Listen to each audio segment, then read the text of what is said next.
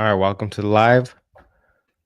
We're going to observe Federal time. We'll want Reserve more data. We policy. knew Let's every listen to what they got CPI to say release was first. really important, and we needed like probably not just one. We needed 3 good ones, and like that kind of answer.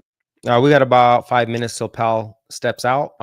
Big policy change right now. Let's go ahead and hit that. We'll pull up the policy statement. Hopefully it doesn't mess up the stream. All right, this is the policy statement that just came out. You know, we're going to have 2 different catalysts. What did the policies change? Market selling off simply because of this statement. Everything else is pretty much the same, but they basically say the committee is attentive to the risk to both sides of the dual mandate. That was last time. They added here and judges that the risks of higher unemployment, and higher inflation have risen. Everything else was just removed. Obviously, they're not going to cut QT. They removed this because they were, reducing QT. These are just different. Wait, what is this? Supported by no change. Okay, yeah, this is about QT. And the very top, all those swings in exports have affected. They changed one word, added, blah, blah, blah, whatever. The big thing here is stagflation, right? They're judging the risks of higher unemployment and higher inflation as a real threat. That was the change. Now, is it that serious? I don't know, because they later say employment is stable. So I don't think there was much, but it's, the market is under a lot of stress. We're going to switch back. Go ahead and switch back. So that's what the market's concerned with right now. Let me know if the you make sure that it shares the right thing. Let me know in the comments if the audio is working correctly. I believe mine is. Check 1 2. Audio still working? I'm going to check on my phone to make sure the YouTube is working. But this is just a commercial. Like I said, the risks of stagflation have risen according to the policy, but it's very lagging, and that's all dependent on fiscal policy, right? Trade policy. So is it something to be super concerned with? We'll see what Powell says. The statement is basically, there's no confidence in the statement for sure. No confidence in the statement.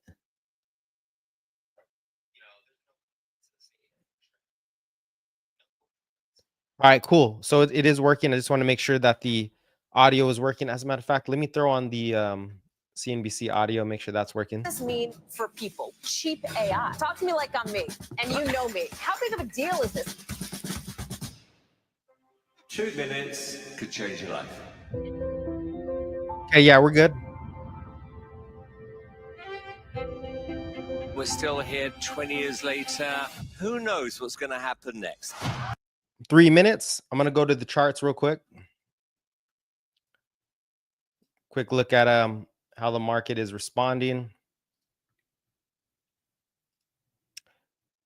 Yeah, let's do this smoothly. So what do we got? We got VIX. I'm just looking at the VIX top right corner.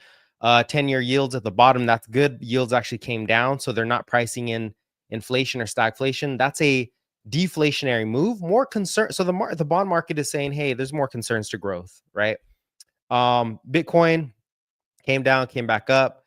Market is starting to capitulate higher, subtly. It's their support at the lows. I don't think the statement was that serious. We're T minus what, 3 minutes? 2 minutes. T minus 2 minutes. VIX starting to rise. I'd be concerned if the VIX gets above 28 during the meeting. That is 1 standard deviation above the norm. Not good, right? That's what I'm gonna be looking for.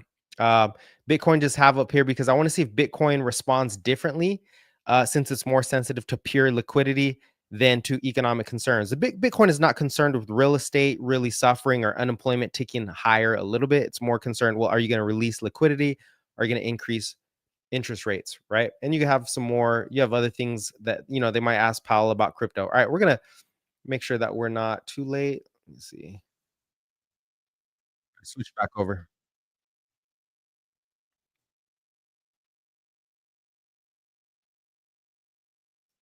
To a question, it's not as if this was some statement of some fresh assessment of the situation. So that's why I think the market is kind of hanging in there. It's a little bit apprehensive of making its next big move after this rally we've had. But I would argue, just in equity land, that given what's going on with Alphabet and Apple, that the market is managing to sort of rotate around and protect itself, and the index is kind of hanging in there in a way that you might not expect if it was a more brittle tape. What's your take on all the trade stuff, Mike? I mean, if you had to rank them in order of importance right now, would it be tariffs? Where does the tax bill fall? Then you have the Fed decision today, and maybe that's top level. Maybe the chair will say something that makes it top level. Yeah, I think it is tariffs, for better or worse, even though trade itself is not the big swing factor for this economy. You know, we have a $1 trillion trade deficit on a $30 trillion economy. On the other hand, it's the biggest range of possibility. We got one more minute. Appreciate you guys that have joined the live. You got questions, throw them in the comments. And I'm going to go ahead and start adding stuff at the bottom of the board as Powell speaks to kind of give you a running dashboard of, you know, his comments that I think are significant. Obviously, if you have something to add on to it, go ahead and throw it up there. Which is on every one of these headlines, but it's kind of all we have to work with in the short term. Yeah, I would say things are twitchy. And by the way, we got to go to Powell, but tomorrow we'll be live, Kelly, Port of Long Beach. Firsthand, real world look at the ships, the cargo, the tonnage, what's important now, and more importantly, what's coming. That'll be tomorrow. Exclusive data should be very insightful, I think. We should stage a permanent camera there to count the ship activity and try to get a sense of what's going on in this economy. You know, that's a pretty good idea, actually. Have like a YouTube. We're going to go to Jay Powell right now in Washington, D.C. All right, let's go. Good afternoon. My colleagues and I remain squarely focused on achieving our dual mandate goals of maximum employment and stable prices for the benefit of the American people. Despite heightened uncertainty, the economy is still in a solid position. The unemployment rate remains low, and the labor market is at or near maximum employment. Inflation has come down a great deal, but has been running somewhat above our 2% longer run objective. In support of our goals, today the Federal Open Market Committee decided to leave our policy interest rate unchanged. The risks of higher unemployment and higher inflation appear to have risen, and we believe that the current stance of monetary policy leaves us well positioned to respond in a timely way to potential economic developments. I will have more to say about monetary policy after briefly reviewing economic developments. Pardon me. Following growth of 2.5% last year, GDP was reported to have edged down in the first quarter, reflecting swings in net exports that were likely driven by businesses bringing in imports ahead of potential tariffs. This unusual swing complicated GDP measurement last quarter. Private domestic final purchases, or PDFP, which excludes net exports, inventory investment, and government spending, grew at a solid 3% rate in the first quarter, the same as last year's pace. Within PDFP, growth of consumer spending moderated, while investment in equipment and intangibles rebounded from weakness in the fourth quarter. Surveys of households and businesses, however, report a sharp decline in sentiment and elevated uncertainty about the economic outlook, largely reflecting trade policy concerns. It remains to be seen how these developments might affect future spending and investment. In the labor market, conditions have remained solid. Payroll job gains averaged 155,000 per month over the past 3 months. The unemployment rate at 4.2% remains low and has stayed in a narrow range for the past year. Wage growth has continued to moderate while still outpacing inflation. Overall, a wide set of indicators suggest that conditions in the labor market are broadly in balance and consistent with maximum employment. The labor market is not a source of significant inflationary pressures. Inflation has eased significantly from its highs in mid-2022, but remains somewhat elevated relative to our 2% longer run goal. Total PCE prices rose 2.3% over the 12 months ending in March. Excluding the volatile food and energy categories, core PCE prices rose 2.6%. Near-term measures of inflation expectations have moved up, as reflected in both market and survey-based measures. Survey respondents, including consumers, businesses, and professional forecasters, point to tariffs as the driving factor. Beyond the next year or so, however, most measures of longer-term expectations remain consistent with our 2% inflation goal. Our monetary policy actions are guided by our dual mandate to promote maximum employment and stable prices for the American people. At today's meeting, the committee decided to maintain the target range for the federal funds rate at 4.25% to 4.5% and to continue reducing the size of the balance sheet. The new administration is in the process of implementing substantial policy changes in 4 distinct areas: trade, immigration, fiscal policy, and regulation. The tariff increases announced so far have been significantly larger than anticipated. All of these policies are still evolving, however, and their effects on the economy remain highly uncertain. As economic conditions evolve, we'll continue to determine the appropriate stance of monetary policy based on the incoming data, the outlook, and the balance of risks. If the large increases in tariffs that have been announced are sustained, they're likely to generate a rise in inflation, a slowdown in economic growth, and an increase in unemployment. The effects on inflation could be short-lived, reflecting a one-time shift in the price level. It is also possible that the inflationary effects could instead be more persistent. Avoiding that outcome will depend on the size of the tariff effects, on how long it takes for them to pass through fully into prices, and ultimately on keeping longer-term inflation expectations well anchored. Our obligation is to keep longer-term inflation expectations well anchored and to prevent a one-time increase in the price level from becoming an ongoing inflation problem. As we act to meet that obligation, we'll balance our maximum employment and price stability mandates, keeping in mind that without price stability, we cannot achieve the long periods of strong labor market conditions that benefit all Americans. We may find ourselves in the challenging scenario in which our dual mandate goals are in tension. If that were to occur, we would consider how far the economy is from each goal and the potentially different time horizons over which those respective gaps would be anticipated to close. For the time being, we're well positioned to wait for greater clarity before considering any adjustments to our policy stance. At this meeting, the committee continued its discussions as part of our 5-year review of our monetary policy framework. We focused on inflation dynamics and the implications for our monetary policy strategy. Our review includes outreach and public events involving a wide range of parties, including Fed Listens events around the country and a research conference next week.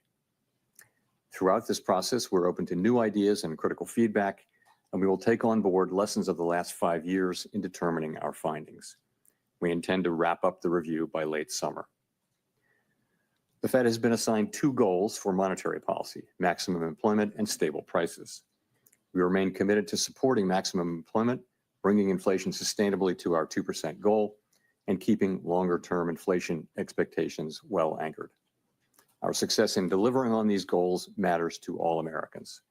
We understand that our actions affect communities, families, and businesses across the country. Everything we do is in service to our public mission. We at the Fed will do everything we can to achieve our maximum employment and price stability goals. Thank you. I look forward to your questions. Steve Leisman, CNBC. Thank you, Mr. Chairman, for taking my question. A lot has happened since the last meeting. There's been tariffs put on, tariffs taken off, and meanwhile, there's a bill advancing in Congress. And I just wonder if I could press you on the last part of your statement. Are you any closer now to deciding which side of the mandate is going to need urgent care first? Well, so as we noted in our statement, post-meeting statement, we've judged that the risks to higher employment and higher inflation have both risen. And this, by the way, of course, is compared to March. So that's what we can say. I don't think we can say, which way this will shake out. I think there's a great deal of uncertainty about, for example, where tariff policies are going to settle out. And also when they do settle out, what will be the implications for the economy, for growth, and for employment? I think it's too early to know that. So, I mean, ultimately, we think our policy rate is in a good place to stay as we await further clarity on tariffs and ultimately their implications for the economy.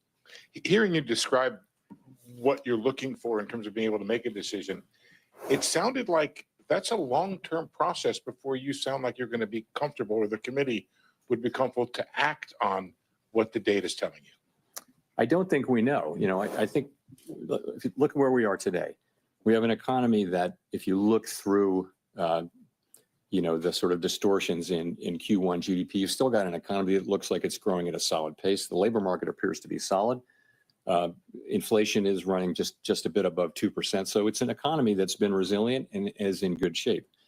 And our policy is sort of modestly or moderately restrictive. It's 100 basis points less restrictive than it was last fall. And so we think that leaves us in a good place to wait and see. We don't think we need to be in a hurry. We think we can be patient. We're going to be watching the data. The data may move quickly or slowly, but we do think we're in a good position where we are to let things evolve and become clearer in terms of what should be the monetary policy response. Nick. Nick Timmeros of the Wall Street Journal.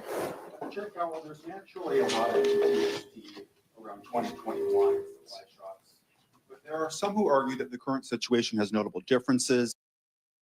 Energy costs are down, housing imbalances look nothing like they did 4 years ago, labor demand appears to be gradually cooling with wage growth running below 4%. What do you see right now that could nourish higher inflation beyond a rise in goods prices this year?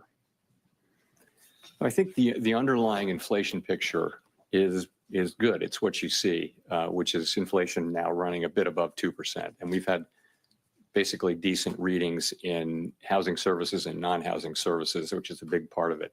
So that part, I think, is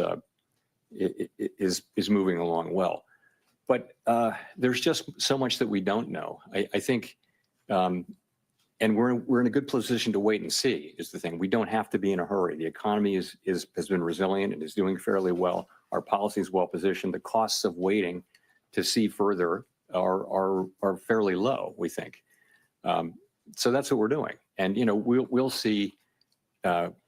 The administration is entering into negotiations with many countries over tariffs. We'll know more with each week and month that goes by where tariffs are going to land, and we'll know what the effects will be when we start to see those things. So we think we'll be learning. I can't tell you how long it will take, but for now, it does seem like it's a fairly clear decision for us to wait and see and watch.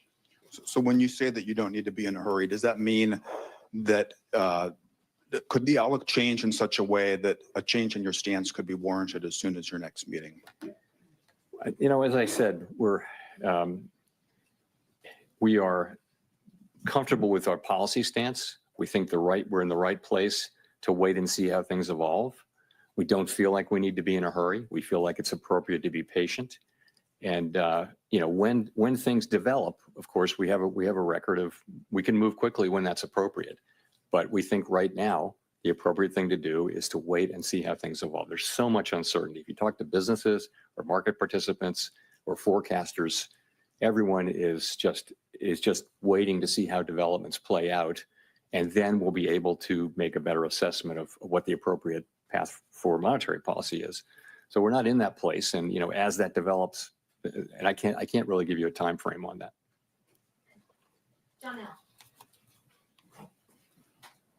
Janelle Marte with Bloomberg. So many economists have been pricing in higher odds of a recession, and several are noting that it is more difficult for the Fed to cut rates preemptively given the higher risks for higher inflation. So given the outlook, do you still see a path for a soft landing, and what does that look like? Well, let me say, so let's look back and see where we are. So to go through 2024 up to the day, we've had unemployment in the low 4s for more than a year. We've had inflation coming down now in the mid to low 2s. We've had an economy growing at 2.5%. So that is the economy as we see it now.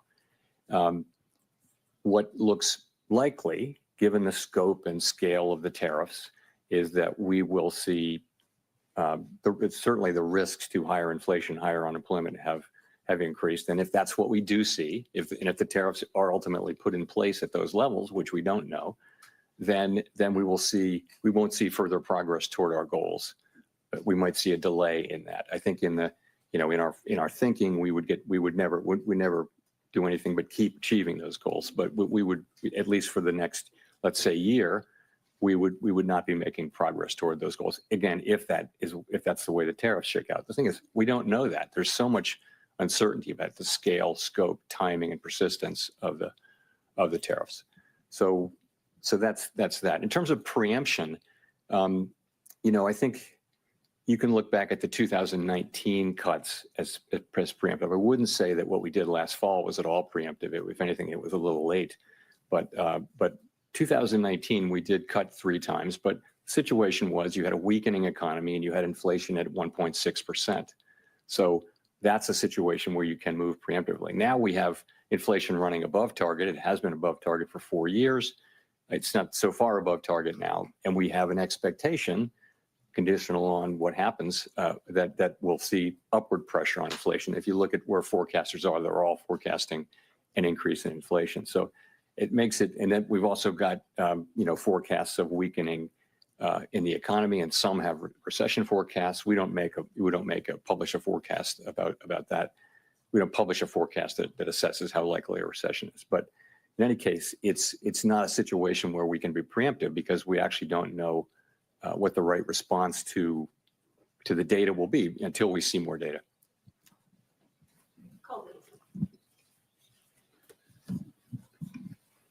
Colby Smith with the New York Times. How much weakness does the committee need to see, though, in the labor market and the economy more broadly to lower interest rates again? Is it about a certain increase in the unemployment rate over a period of time, or perhaps a certain number of negative monthly job reports? I mean, how are you making that assessment? So first of all, we don't see that yet, right? We have 4.2% unemployment, good participation, wages behaving very well, participation, I mentioned, at a good level. So, with the labor market, we would look at the totality of the data. We'd look at the level of the unemployment rate. We'd look at the speed with which it's changing. We would look at the whole huge array of labor market data to get a sense of whether conditions are really deteriorating or not. And at the same time, we'd be looking at the other side of the mandate. We could be in a position of having to balance those two things, which is, of course, a difficult balancing judgment that we'd have to make. On that point about balancing, I mean, you've mentioned that the committee would consider how far the economy is from each goal and the time it would take to kind of get back to that point. But what does that mean in practice? I mean, how much of that assessment will be rooted in a forecast versus data dependence? It would be a combination of the two. I mean, let's just say this would be a complicated and challenging judgment that we would have to make. Yeah, we're not in this situation, but the situation is if the two goals are in tension. So let's say that unemployment is moving up in an uncomfortable way, and so is inflation. Not the situation we're in, hypothetically, but we would look at how far they are from the goals, how far they're expected to be from the goals, what's the expected time to get back to their goals. We'd look at all those things and make a difficult judgment, and that's in our framework. It's always been in our thinking. We haven't faced that question in a very long time. So again, difficult judgment to make, and not one that we face today, and we may never face it, but we have to be keeping it in our thinking now. Thank you. Edward Lawrence with Fox Business. So we had the CPI report that came out that showed month over month the first decrease in inflation in about 3 years. The jobs report, you said, solid, that we saw. At the same time, we have those new tariffs that we're living under. So given this, should the Federal Reserve be cutting rates at all this year? It's going to depend. I think you have to just take a step back and realize this is why we are where we are. Is we're going to need to see how this evolves. There are cases in which it would be appropriate for us to cut rates this year. There are cases in which it wouldn't, and we just don't know until we know more about how this is going to settle out and what the economic implications are for employment, for inflation. I couldn't confidently say that I know what the appropriate path will be. So following on that, so then how does President Trump calling on you personally, as well as the Federal Reserve, to make rate cuts affect your decision today and affect your job difficulty? Doesn't affect our doing our job at all. So we're always going to do the same thing, which is we're going to use our tools to foster maximum employment and price stability for the benefit of the American people. We're always going to consider only the economic data, the outlook, the balance of risks, and that's it. That's all we're going to consider. So it really doesn't affect either our job or the way we do it. Howard. Hi, Howard Schneider with Reuters, and thanks for the time. I'm wondering, I mean, given the complexity about the first quarter GDP and what lies ahead, I'm just wondering what your intuition tells you about the underlying direction of the economy right now. Many of your colleagues have said they feel growth is slowing. If so, do you have any sense of by how much, to what degree the slowdown may be? What does your gut tell you about how things are evolving out there? My gut tells me that uncertainty about the path of the economy is extremely elevated, and that the downside risks have increased. The risk is, as we pointed out in our statement, the risks of higher unemployment and higher inflation have risen, but they haven't materialized yet. They're not really in the data yet. So that tells me more than by intuition, because I think it's obvious actually that the right thing for us to do is we're in a good place. Our policy's in a very good place, and the right thing to do is await further clarity. And I there's usually things clarify and the appropriate direction becomes clear. That's what usually happens. Right now, it's very hard to say what that would be. In the meantime, the economy is doing fine. Our policy isn't, it's not highly restrictive. It's somewhat restrictive. It's 100 basis points less restrictive than it was in, last summer. So we think it's in a good place, and we think the appropriate thing is for us to wait and see and get more clarity about the direction of the economy. Well, let me press you on this idea of the economy being fine right now, because reading the Beige Book very closely the last time around, there was a lot of negative stuff, negative sentiment that was in there. And I know that everybody's looking at soft data right now. You mentioned it yourself that the sentiment's sour. But the Beige Book was talking about, the beginnings of layoffs in some industries, prices rising in some places, and an awful lot of investment decisions being pushed to the sideline. Doesn't that point to a slowdown?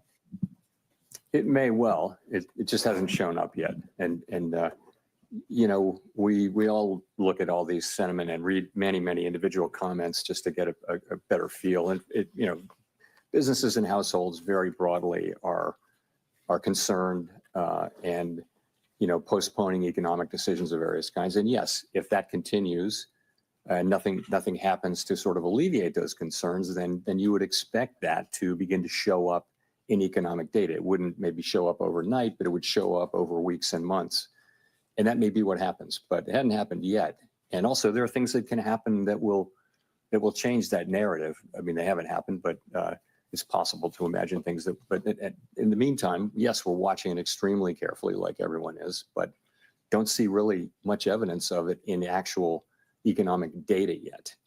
And by the way, consumers keep spending, credit card spending. It's still a healthy economy, albeit one that is shrouded in some very downbeat sentiment on the part of people and businesses.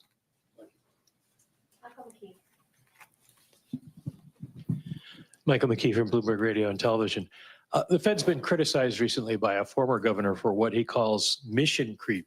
You take on more problems, use more tools, and then end up building tools to deal with the fallout of those tools, which then makes it a given that you will act more aggressively in the future. Is that a fair critique, and is that something you would be looking at in your framework review? Sorry, say the critique again. That the Fed has been involved in mission creep, gets involved in using too many new tools to deal with problems and to go too far. Is that something that the critique was based around the fact that you did QE and QE and QE and went beyond the narrow confines of your mandate? So, well, I mean, there are a couple. That's not really beyond the confines of our mandate. I would say this: we did things. Essentially, we're on an emergency footing for a couple of years in the pandemic, and it's very fair and very welcome for people to look back over what we did and say, hey, you could have done this better and different.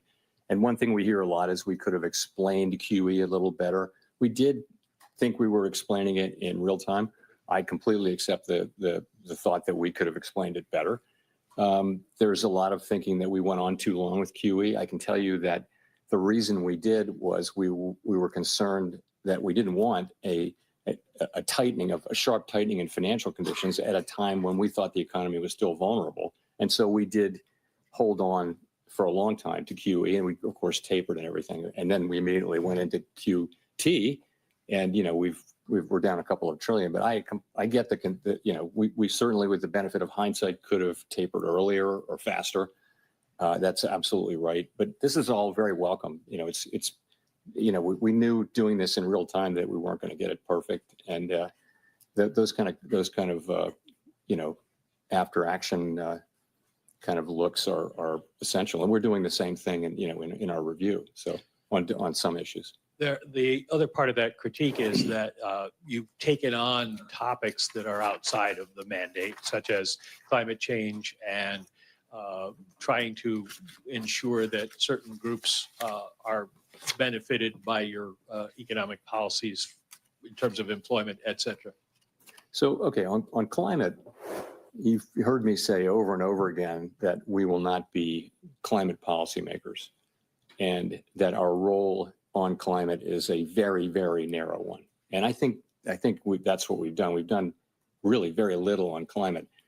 You can say that little bit that we've done was too much, but I wouldn't want to give any impression that we've taken climate and it's something that we're spending a lot of time and energy on. We're not.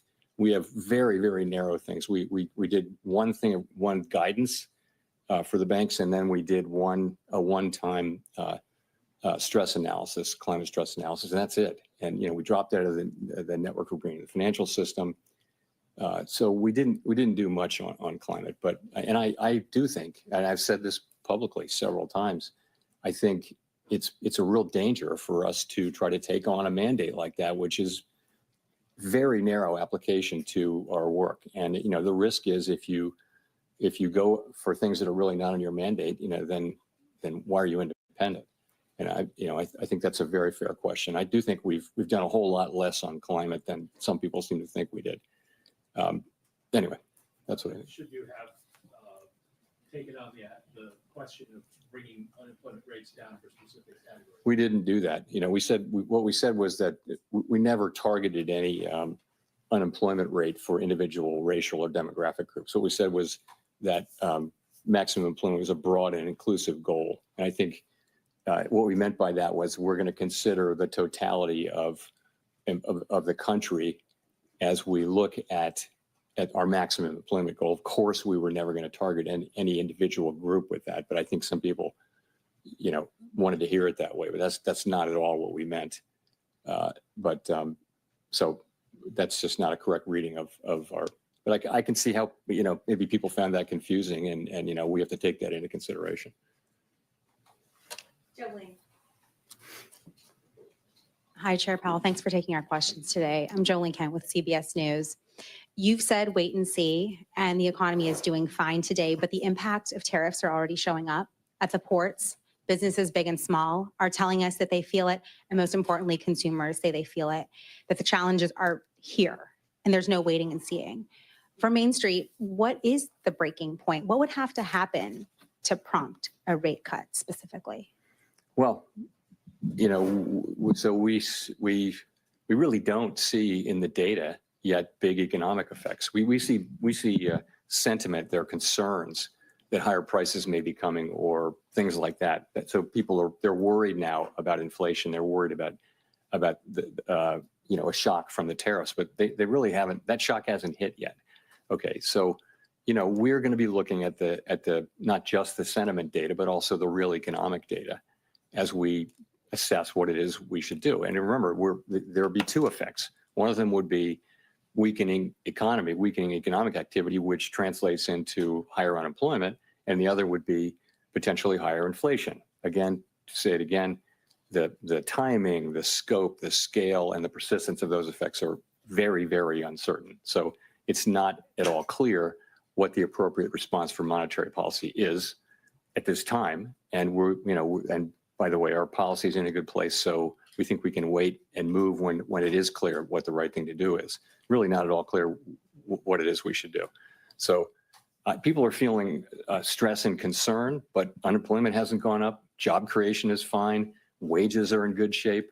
People are not layoffs, or people are not getting laid off at high levels. Initial claims for unemployment are not increasing, in any kind of impressive way. So the economy itself is still, in solid shape. Just a quick follow-up. President Trump now says he does not plan to remove you as chair. When you heard that, what did you think? I don't have anything more for you on that. I've pretty much covered that issue. Thank you. Hi, thank you. Chris Rugaber, Associated Press. Well, I just wanted to follow up. Earlier, it sounded like you said it was unclear how the Fed, what kind of interest rate decisions you will make later this year. So does that, in March, there was guidance that 2 cuts might happen. 2 cuts were penciled in for this year. Is that now, that guidance from the last press conference, has that been overtaken by events at this point? We don't do a summary of economic projections at every meeting, as you know. We do it every other meeting. And so this was the meeting when we didn't do it.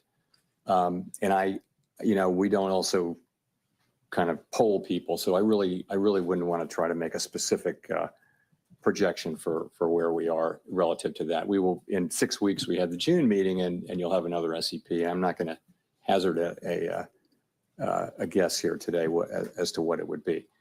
Again, what I would say is that we think our policy rate is in a good place. We think it leaves us well positioned to respond in a timely way to potential developments. That's where we are. And that, depending on the way things play out, that could include rate cuts. It could include us holding where we are. We just are going to need to see, how things play out before we make those decisions.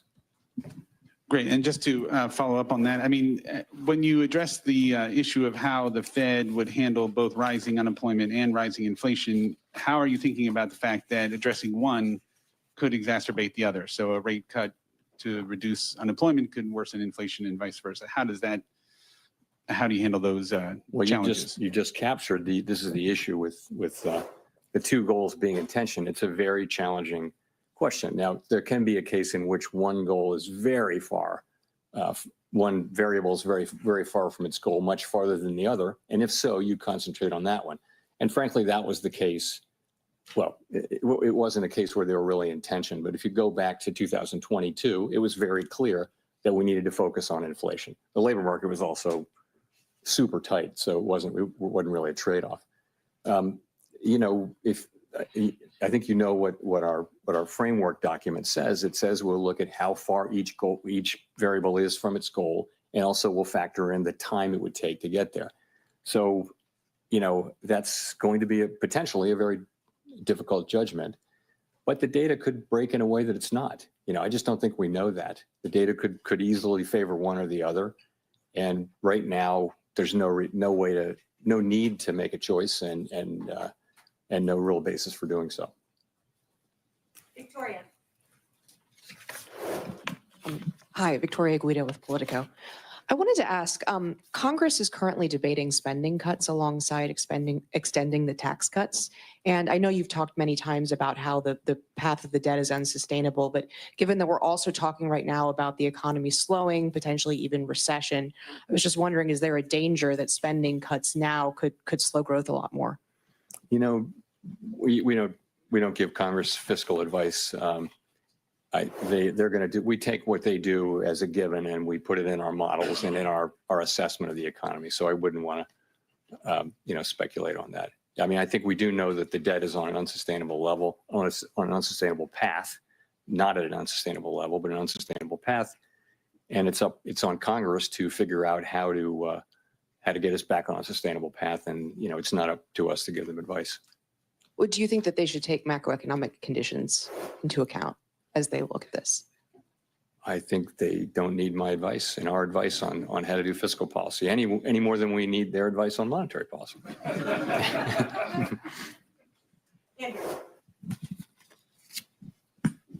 Thanks, Mr. Chairman. Andrew Ackerman with the Washington Post. In your Jackson Hole comments last year, You said you would not welcome further cooling in labor market conditions. The unemployment rate then was 4.2%, which is what it is now. Many forecasters now predict a higher jobless rate. How has your tolerance for weakening labor market conditions changed compared to a year ago? So it was quite a different situation. What was happening last year is that over the space of 6, 8, 7 months, the unemployment rate went up by almost a full percentage point. And it was click, click, click, click, click each month. And you know, everywhere people were talking about downside risks to the labor market. At the same time, payroll job numbers were getting softer and softer. So there was a really obvious concern about downside risk to the labor market. And so at Jackson Hole and then in September, you know, we wanted to address that forthrightly. We wanted to show that we were there we'd been there for inflation for a couple of years. And we wanted to show also that we're there for the labor market. And it was important that we send that signal. Fortunately, since then, the labor market has really, and the unemployment rate have really been moving sideways at a level that is, you know, well in the range of mainstream estimates of maximum employment. So that concern has gotten a lot less. So, you know, you're at 4.2% unemployment. I think we were in a very different situation. Now we have a situation where, you know, the risks to higher inflation and higher unemployment have both gone up, as we noted in our statement, and we've got to monitor both of those. We actually have a potential situation where there may be a trade-off or tension between the two, potentially. We don't have it yet, and we may not have it, but that's what we have, and that's why I think it's a very different situation. I mean, I guess I want to follow up by asking how much of a rise in the jobless rate you could tolerate. I can't give you I'm not going to try to give you a specific number. I'll just say we have to now be looking at both variables and which of them is you know, demanding. If one of them is demanding our focus more than the other, that would tell us what to do with policy. If they're more or less, you know, equally distant and equally or not distant, then we don't have to make that assessment. You know, the assessment is you wait. So I'm not going to try to be really specific about what we need to see in terms of a number. But if we did see, you know, significant deterioration in the labor market, of course, that's one of our two variables, and we would look to be able to support that. You'd hope that it wasn't also coming at a time when inflation was getting very bad. And again, we're speculating here. We don't know this. We don't know any of these things. It's very hypothetical. We're just going to have to wait and see how it plays out. Thanks.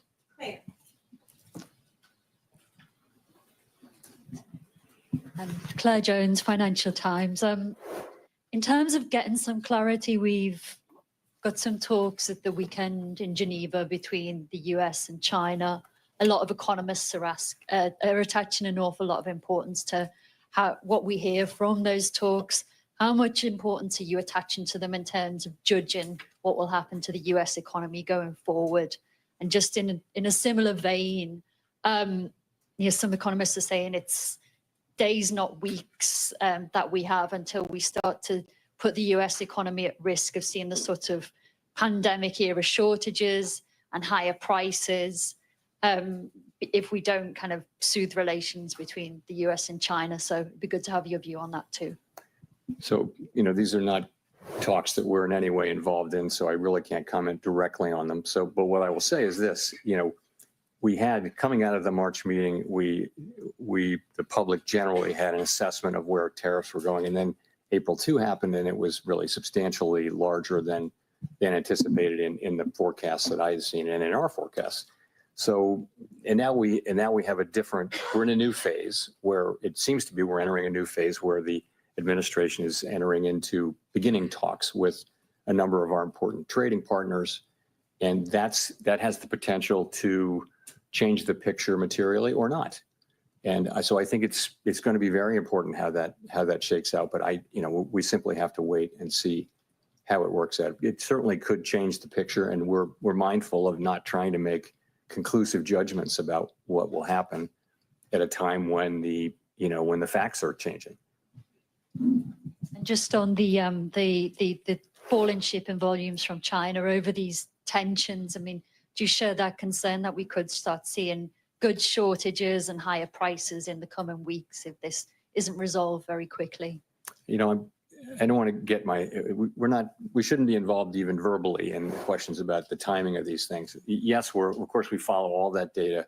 We see the shipping data, we see all that, but ultimately this is for the administration to do. This is, this is their mandate, not ours. And I know as you can see, they're again beginning to have talks with many nations, and that has the potential to change the picture materially.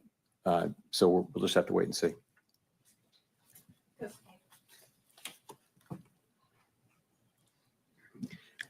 Kosuke Takami with Nikkei. Thank you for doing this. The volume of imported goods increased significantly in the first quarter. Do you think that this situation could cause a delay in the impact of tariff on inflation? And does this mean that it will take longer time to reduce uncertainty? The decision we made today? Which decision? So the future decision. So the volume of the imports, imported goods has increased significantly. So the impact on the imported inflation may delay. So what is the impact to your future decision? Okay, so I mean, I think we think that there was a big spike in imports, right? Very big, historically large, really, and to beat tariffs. And now that should actually reverse, so that it's the difference between it's exports minus imports. So and imports were huge, and so that it conveyed a very negative contribution to U.S. GDP, annualized GDP in the first quarter, as we all know. So that could, in the second quarter, be reversed, so that we have an unusually large contribution to usually positive. That's very likely as imports drop sharply. You could also have, very likely you'll have restatements of the first quarter. It'll turn out that consumer spending was higher. It'll turn out that inventories were higher, and so you'll see those data revised up. It may actually go into the third quarter too, and so I think this whole process is going to a little bit make it harder to make a clean assessment of U.S. demand. I mentioned private domestic final purchases, which doesn't have inventories, government, or inventories, government. Anyway, it's a cleaner read on private demand, but that too probably was flattered a little bit by strong demand for imports to beat tariffs. So that might overstate. It's a really good reading, 3% PDFP in the first quarter. That might actually overstate. So it's not really I don't think it's going to affect our decisions. I will just say though that it's a little confusing, and it's probably less confusing to us than it would be to the general public as we try to explain this. It's complicated, and GDP is sending a signal, PDFP is sending a signal. It's a little bit confusing, but I think we understand what's going on. It's not really going to change things for us.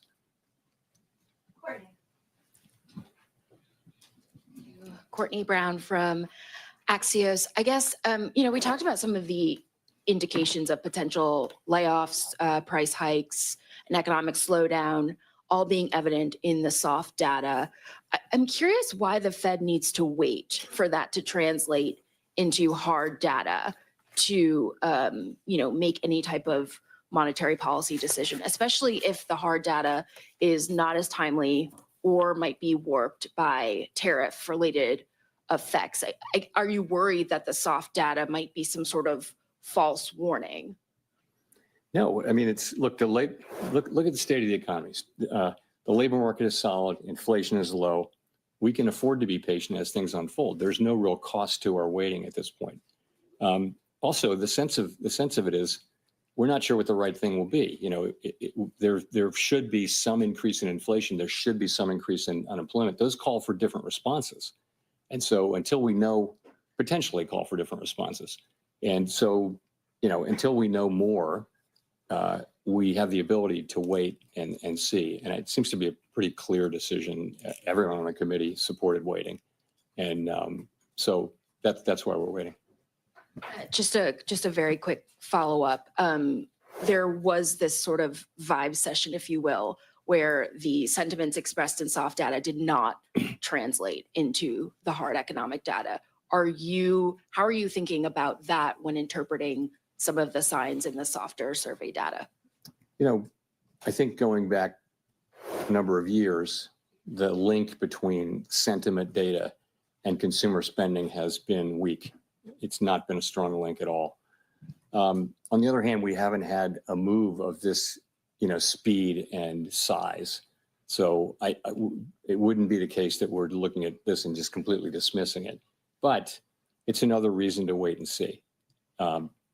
You're right that we had a couple of years during the pandemic where people were saying just very downbeat surveys and going out and spending money. So that can happen, and that may happen to some degree here. We just don't know. This is an outsized change in sentiment, though, and so none of us is looking at this and saying that we're sure one way or the other. We're not. Matt. Thanks, Chair Powell. Matt Egan with CNN. So you mentioned earlier that you're monitoring the shipping data, and we have seen in the shipping data that imports from China into the Port of Los Angeles have plunged, and that has raised concerns about potential shortages.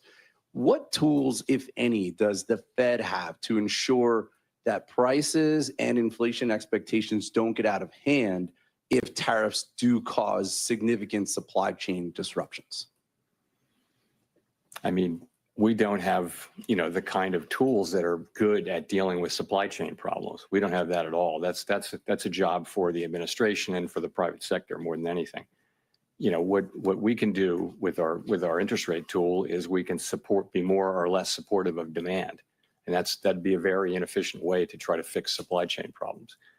But we don't see the inflation yet. We're of course reading the same stories and watching the same data as everybody else. And, right now we see inflation, kind of moving sideways at a fairly low level. If I could follow up on that, President Trump has indicated that he will likely name a replacement for you when your term as chair expires next year. But your position on the board runs through January 2028, I believe. Would you consider remaining on the Fed board even if you're no longer chair? So I don't have anything for you on that. My whole focus is on, and my colleagues' focus is all on, trying to navigate this tricky passage we're in right now, trying to make the right decisions. We want to make the best decisions for the people that we serve. That's what we think about day and night. And this is a challenging situation, and that's 100% of our focus right now. Let's go to Jennifer for the last question. Chair Powell, Jennifer Schonberger with Yahoo Finance. Public records of your schedule so far this year show no meetings with President Trump. Past presidents Obama, Bush, and Clinton have all met with Fed chairs, and you met with Trump during his first term. Why haven't you asked for a meeting yet with the president? I've never asked for a meeting with any president, and I never will. It's not, I wouldn't do that. There's never a reason for me to ask for a meeting. It's always been the other way. So would you want to meet with him if given the opportunity to get more information? It's never an initiative that I take. It's always an initiative. I don't think it's up to a Fed chair to seek a meeting with the president, although maybe some have done so. I've never done so, and I can't imagine myself doing that. I think it's always comes the other way. A president wants to meet with you, but that hasn't happened. And if I could just ask one question on monetary policy, when it is time to cut rates, how will you determine how far down rates will have to come to try to keep a balance on the inflation mandate as employment weakens? I think once you have a clear direction, you can make a judgment about how fast to move and that kind of thing. So it's really the harder question is the timing, I think, and when will that become clear? And fortunately, as I mentioned, we have our policy in a good place. The economy's in a good place, and it's really appropriate, we think, for us to be patient and wait for things to unfold as we get more clarity about what we should do. Thanks very much. That was Chair Powell following the Fed's decision today to do nothing at the meeting. The expectation, of course, it was all about the commentary and the Q&A, which, as you see, has just ended. Chair Powell talking about the risks of higher inflation and higher unemployment, that they've risen, describing really stagflation without saying that word explicitly. Stocks going into the meeting, well, and the statement, they were pretty positive. They're mixed now, but the NASDAQ being negative is really an alphabet problem today. There was an issue momentarily, at least for a little bit, with a comment that the president made about not being open to reducing the 145% tariffs on China. We moved a little bit beyond that as we now know that talks will begin. Welcome to Closing Bell, everybody. I'm Scott Wapner, live from Post 9 at the New York Stock Exchange, as always. Joining me today in the house here on Wall Street is Jeffrey Gundlach.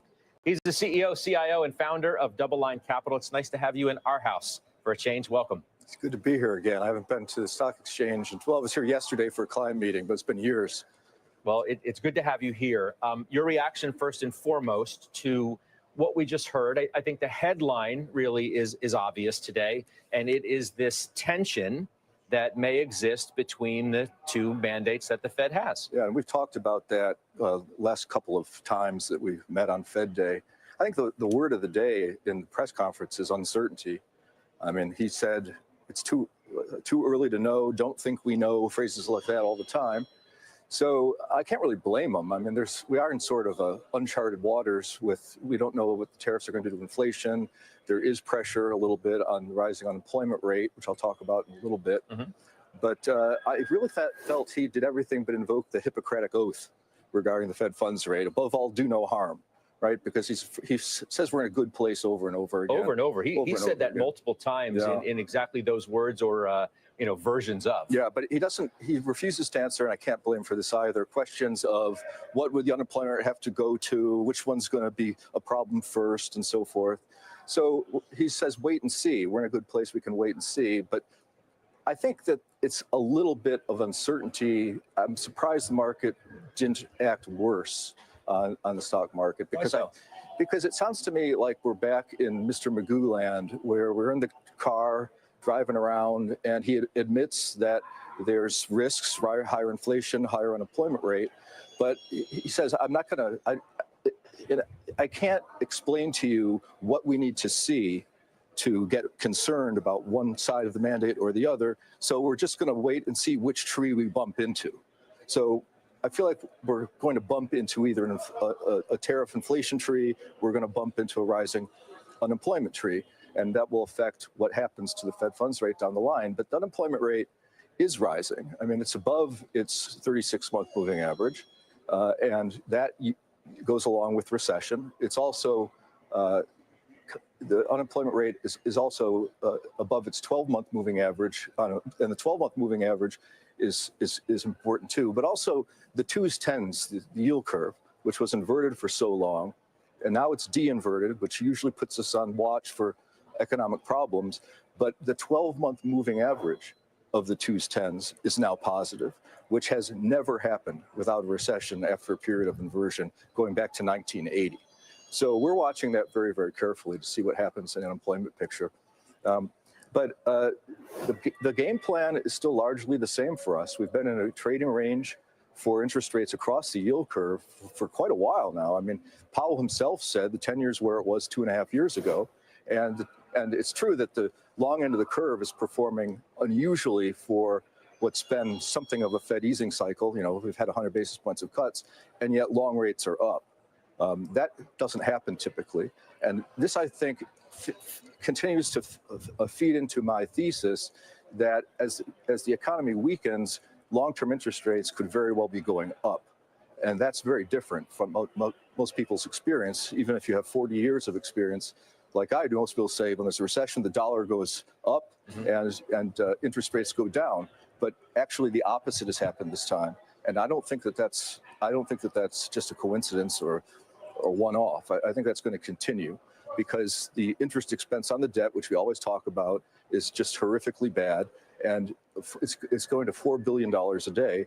And I don't know what we're going to do to handle that other than maybe we're going to talk about some really exotic policies might have to be brought in if long-term interest rates do not drop or even rise in the face of economic weakness.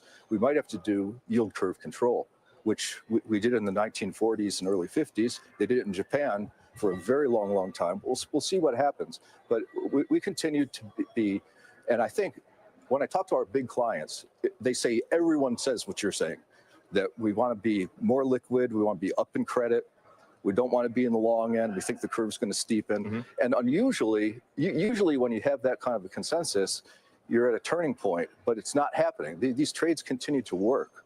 Up in quality is certainly working. Lower quality junk bonds, the triple Cs, are now up very significantly in yield, and the yield spread between double B, the highest quality of high yield, and triple C is above its 200-day moving average, which is a really bad sign. You said the last time that we spoke that I believe this is correct, that you had more cash than you've had in a long time, if not ever, at Double Line, and that it was too early to deploy it.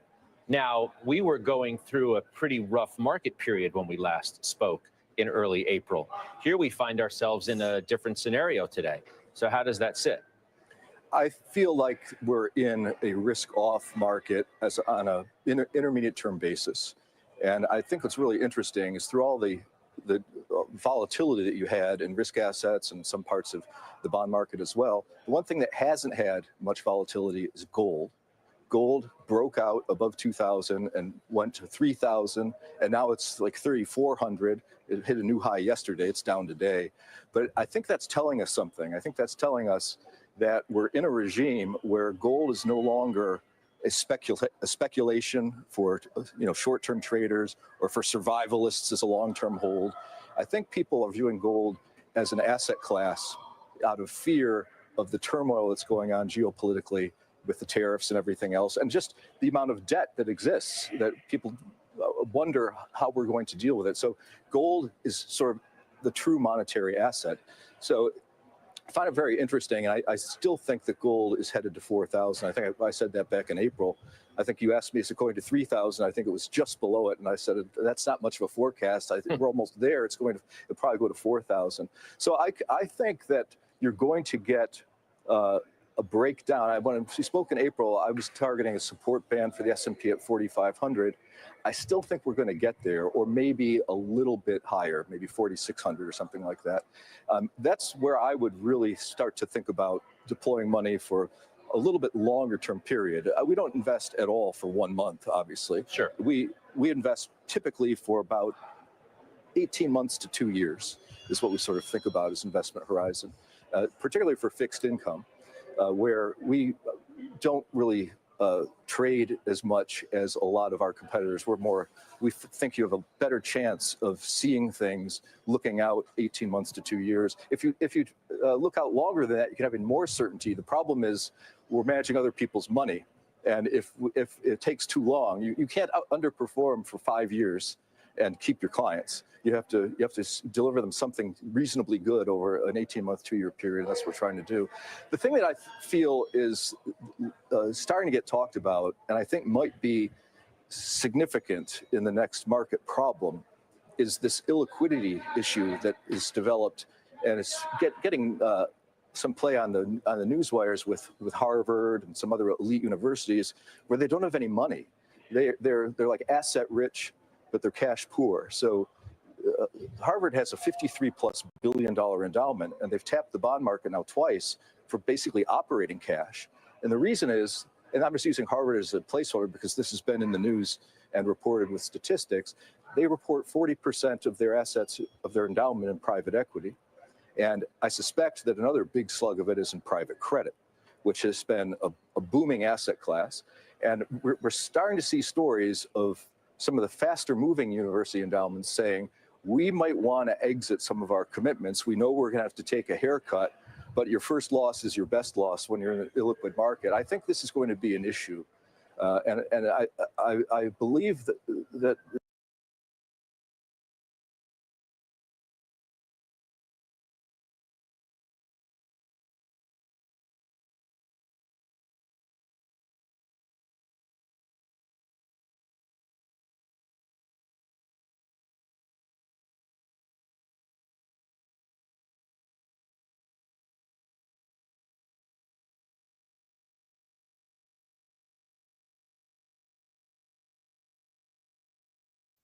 Oh, my bad. Okay. Jeffrey Gundlach is always, my bad. I was on mute. Jeffrey Gundlach is always bearish. He's always bearish for the last 2 years. He's always, he's a bond guy, cash guy. Every time I hear him, he's bearish. Not to say his concerns are not legitimate. I turned it back on. I should be back on. My bad. Not to say his concerns are not legitimate. Can we hear it? Can we hear it now? We good? Let me know. All right, cool. Yeah, my bad. So yeah, he's always bearish. Point being, okay, this was very interesting. I just think everything comes back to Trump. What is Trump going to do? Is he going to sacrifice? Is he going to push this further or not? How is he going to smooth things out? So to kind of let's kind of see what was Powell saying here, right? What was Powell saying here? I got some notes, and we're gonna transition this into definitely into something very simple that we can understand, right? So he says, and I took some notes, some of it kind of at the end turned into just other things, not about policy, right? The economy is in a solid position. Great. He's not concerned, right? Right now, the hard data is good. The risks of higher unemployment and higher inflation have risen. So the risks, as in, if this continues further, then we do nothing. We're caught in it. Something needs to change. So the risks are higher for both sides. That's a stagflationary comment, but it doesn't mean the market should be pricing in stagflation right now. It just means the more time that goes by that Trump doesn't reduce or de-escalate, boom, stagflation comes, right? Fed isn't cutting, they're not hiking, they're probably going to pause. Mentions tariff inflation can be transitory or persistent, so he's leaving the door open. Hey, we could be transitory, great, which is what we wanted to hear, but he didn't give us any of that. He's super neutral right now. We're in a good position to wait and see. So he's saying, look, this is why I'm still optimistic. We have a lot of policy tools to come in if something were to start to roll over, to break, whatever it may be, right? The economy slows, they can do QE. That's what Jeffrey Gundlach was talking about, is they can do yield curve control just like Japan. Simply come in and buy the US treasuries for the treasury, and they're probably going to wait till things actually slow down before that actually happens, right? Before the economy kind of fall. Now, the big thing is, look, the timing, the scope, and the scale of tariffs are unknown. He's just saying, look, things are unknown. We don't know. There's nothing we can do. Rates reverse higher right after that. And so I think the market, at least the bond market, is saying that the risks, and we'll go ahead and look at the bond market. We'll throw up the chart. Bond market's important, right? It is the interest rate market, is the debt market, is the thing that got Trump to flip. And the bond market is saying, hey, the risks we think the risks are higher for a growth scare than the risks of, find a chart. What is the chart we want to use? That's not the chart I wanted to use. Hold on. Then the risks, there we go. Damn it. I'm gonna have to move this. Then the risks of inflation, right? Does anybody think we're really going to get super inflation risks? I don't think so. I don't think so. That's my view, at least as of right now. Hold on, let me get this switched over. Pro it up. There we go. SPY white, right? Looking at S&P. Okay. Let's get this fitted. Let's get us fitted up here. So, to sum it up, Powell saying, hey, look, he turned grim for a while. Like, his tone really turned negative when they talked about Trump's policies. He's pissed. You can tell that he's really, do I want to say pissed off? He's really annoyed, I think, with the way Trump is handling things, which are a lot of people are very frustrated. If you're not annoyed with it, you're probably a little biased. I'm biased, but I am frustrated. I'm like, bro, be clear or you better win, right? At the end of the day, there's just too much uncertainty. Powell is saying, we don't see weakness in the hard data. So the positive thing is here, he's saying, look, employment is not imminently rolling over. We're still strong. I still think we're growing. I think it's a rolling recession. It depends where you're at. But there is no certainty on policy. So the market is going to have to be data dependent once again. And we're going to turn to the bond market. Here we go. Rates. Let's look at rates real quick. You can see rates are rolling over. I think that's positive. I'd rather see rates loosen up, easing, right? Red candle starts at the top, comes at the bottom, loosening up. We're at 4.25. I think a good range for markets. The economy is going to probably be the The expectations for the economy are going to be uncertain because you still have a lot of deregulation, fiscal policy, tax cuts, all this stuff that can be introduced, but it won't really start hitting probably till Q3. So the economy probably continues to slow, but the market doesn't need to. The market needs to see 1 year out. What are we seeing here, right? More optimistic on that. Therefore, I want to see these rates just stick in this, 4.1, maybe 4. Anything below this is like, oh my God, we're collapsing, right? So as long as we're between 4 and 4.25, I think that's a good sign. Okay. That's a good sign. Dollar, not really moving. I mean, this is, who knows if this is foreigners, I don't think the dollar gives us a signal, to be honest with you. Forget the dollar. Oil prices at the 50s. This is great. This is going to reduce inflation significantly. Does it cause weakness? Of course it does, but that's weakness in that industry, in the, oil and gas industry. There's more weakness there. And there, Trump's already deregulating. He's going to have more, there's going to be more economic activity when it comes to drilling. So I'm not concerned with that. This lowers inflation, but with policy doesn't collapse the economy. Okay. Triple B spreads. These are easing. Hopefully by tomorrow they come down. These are the spreads that Jeffrey Gunn, like the bond guy, was talking about. Basically, if you go up, then you're seeing the market is saying, hey, corporate debt risks are rising. If they come down, that's good, right? So we got to see that. Bond volatility moved up today. Okay, let's not get too crazy there. Back to the S&P. All right.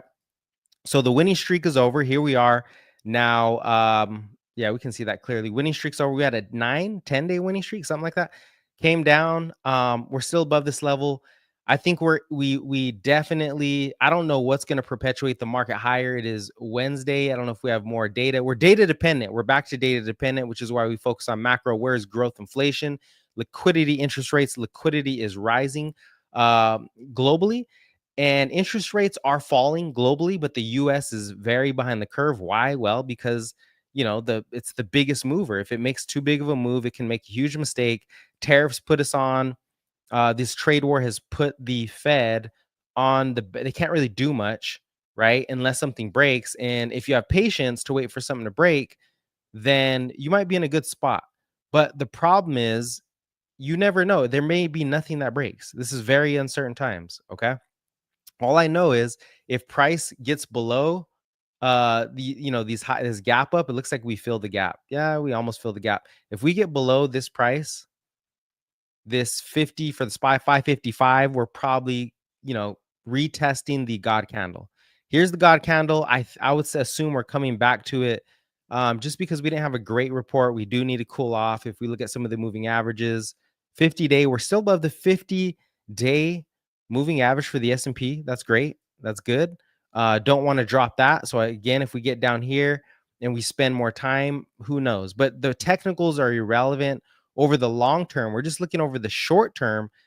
Can we hold this 556 level? If we can, then the market's going to feed into that. The market's going to say, you know what? We don't really see too big of risks. Powell is confirming the labor market is strong. Nothing too negative there. EMA is starting to rise. Okay, good, great. What else we got here?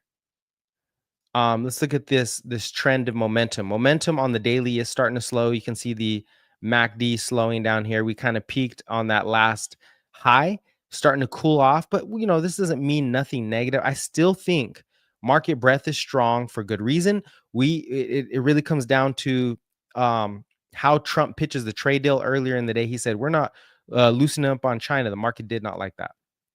So that is SPY. S&P probably sideways. I don't know, but I do want to see Bitcoin. I want to see how does crypto respond to this, because I think crypto is starting to, if we go to let's put on our internals.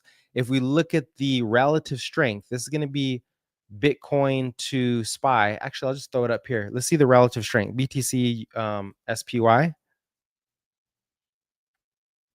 No. My bad. Okay. So we are noticing that Bitcoin is showing relative strength to the S&P, right? Back to all-time highs from the previous all-time high, pretty much on the daily chart at least. So if this continues, if we can get some more strength, then I think crypto kind of takes off, sort of like gold, because it's fueled off of money supply, expectations of the future, deregulation. Everything else, a lot of uncertainty. GLD, look at gold. I mean, the gold came down a little bit. Gold seems like to be more of a risk, not risk asset, but a geopolitical and extreme uncertainty asset at the time, which means we don't really want to see gold continue to go up unless you're in it, obviously, right?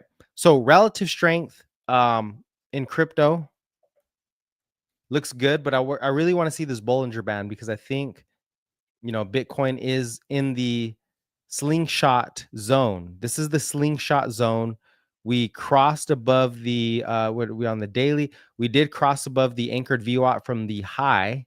And what does that tell us? That tells us we've broken as far as volume. We're breaking out. We're breaking out as far as volume. Great. We pushed against the Bollinger Band to the upside. We need one more push to confirm it.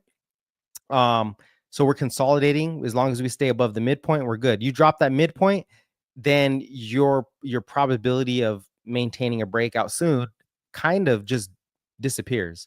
So we do need to make a new high. I think I said 100K. As long as we test 100K, I think we're in the slingshot zone. We'll just come back, we can always make higher lows, right? As long as we make higher lows, they're straight. But I think we're in the slingshot zone when it comes to Bitcoin. And the last thing I want to see is going to be Bitcoin on the weekly chart cross above. This signal has worked all of 2024, and it's worked all of 2020. No, it worked all of 2024. The two times that we broke out, which was anchored VWAP, right? All volume weighted average from the highs, right? So you get a high, you put in a high, price consolidates, and the anchored VWAP sort of just gives you a level of volume. Once you break above that level of volume, great. But what we want to see is the EMA, the exponential moving average. Let me take the Bollinger Bands off. We're not looking at that. And with this anchored VWAP, every single time that anchored VWAP from the previous high, this would be the previous high, this would be the previous high. Actually, no, it'd be here. Back here, it'd be somewhere around here. Every single time the 12-week, we're on the weekly chart, moving average crossed above anchored VWAP, that was it. Bitcoin was gone. The slingshot began, and that's what I think we're at a critical point here is, do we get above that or do we roll over? So I'm going to say over the next 7 days, we should know whether Bitcoin is breaking out or not over the next 7 days. It's not going to take that long to see if this EMA gets rejected against the anchored VWAP or it falls back down. So price can get exaggerated, but the EMA is it smooths out the volatility, and it not just smooths it out, but it also weighs it closer to the most previous days, right? Closer to what we're seeing now, not necessarily all the way back in history. Same thing with anchor VWAP. So I like that. As far as momentum, I mean, Bitcoin is trying to turn up. It is trying to turn back up on the RSI. So I would have to say, I think we're close to breaking out there when it comes to Bitcoin. Moving over to, Tesla sort of stuck. Tesla's stuck in this zone. I still think it looks good, but looks like we might be coming back down and retesting. It's struggling to hold 270. We're at this 12-week EMA. It needs to hold 270. If we break below, I'm going to say if we get below 270 and hold for like 30 minutes, 30-minute candle maybe, we're going to gap down or just sell all the way back off to the bottom of this trend when it comes to Tesla. And hey, I'm still bullish on Tesla. Look, the outlook is when you add all the fundamentals, Tesla's way ahead. You're going to get more deregulation. That's what I would say I'm most confident in those assets or those companies who are going to receive deregulation from the Trump administration, right? That's going to be full self-driving, robotics. That's going to be banking and finance. It's going to be crypto, oil and gas industry, although I'm not bullish on them because that's a old and dying system. Unless you're in the business of it, it's different. But a stock, whatever. It's more of a defensive stock, a cyclical defensive stock. So not too interested, right? Yeah. So anyways, look at a couple of the internals, a little more of the internals to see what we're seeing. Is it going to be this one? We're in the momentum phase for sure. We're in the momentum phase. I think we're going to lift here. VIX. There we go. So VIX, great. This is a good sign for the VIX, right? And I think I'm going to go ahead and finish off with this.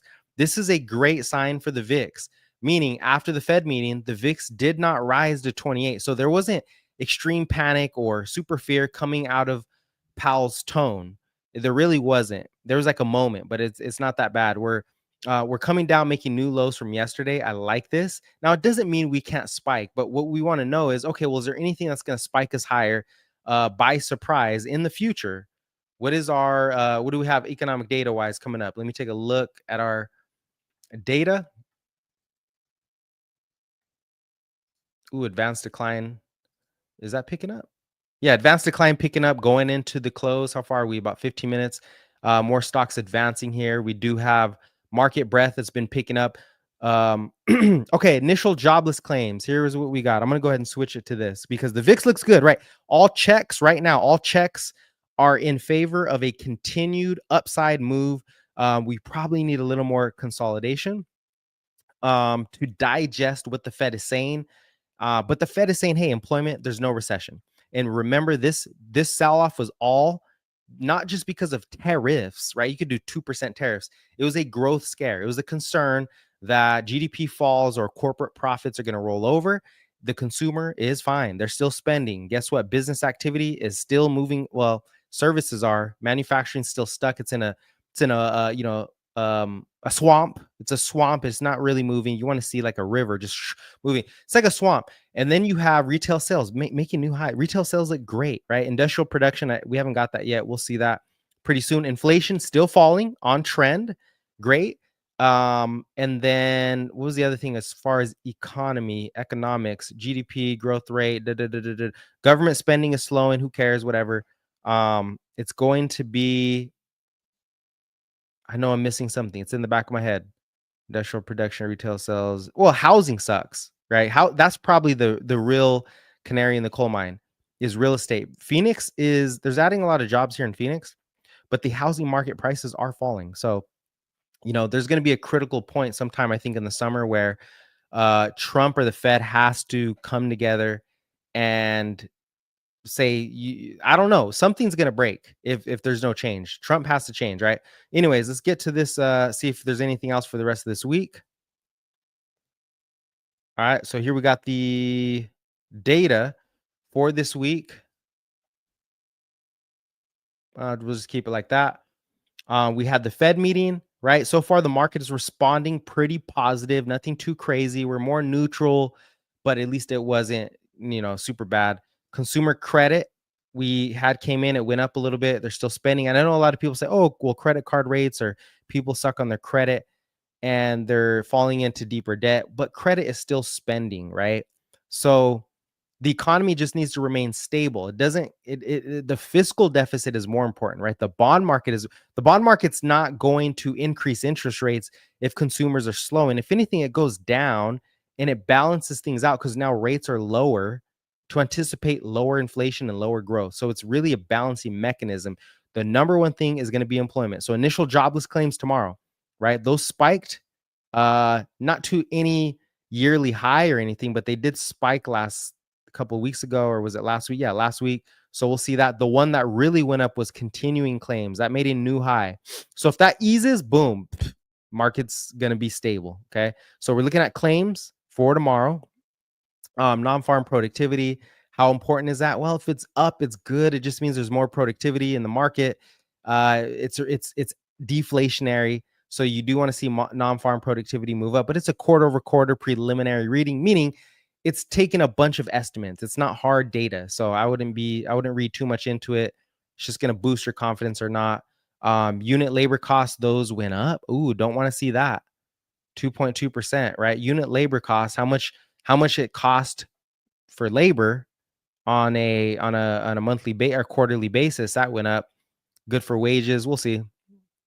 Then we got Fed talk. So Friday's big. Friday's going to be big. Tomorrow, I think we consolidate. That's my estimate. I'm not saying day trade. I'm just saying in general, the trend or the wave of the market, I think we're going to be consolidating just based off the data, unless you have some crazy continuing claims jump. Nah, I don't think so.